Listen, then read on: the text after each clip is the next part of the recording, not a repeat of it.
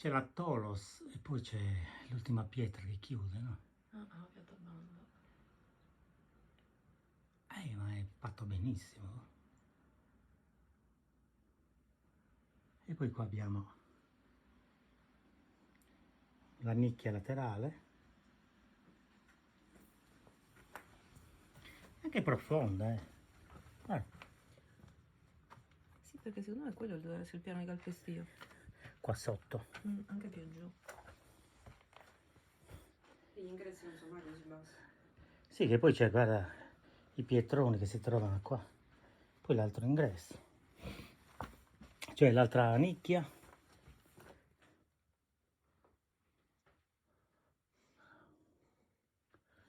Che era la tecnica costruttiva che avevano. Poi per le pietrabande.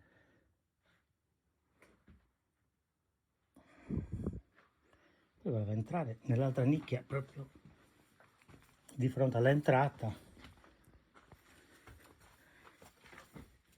perché c'è una sorta di corridoio che molto probabilmente girava attorno alla torre centrale come quello di Sant'Antino. Ma i ciclopi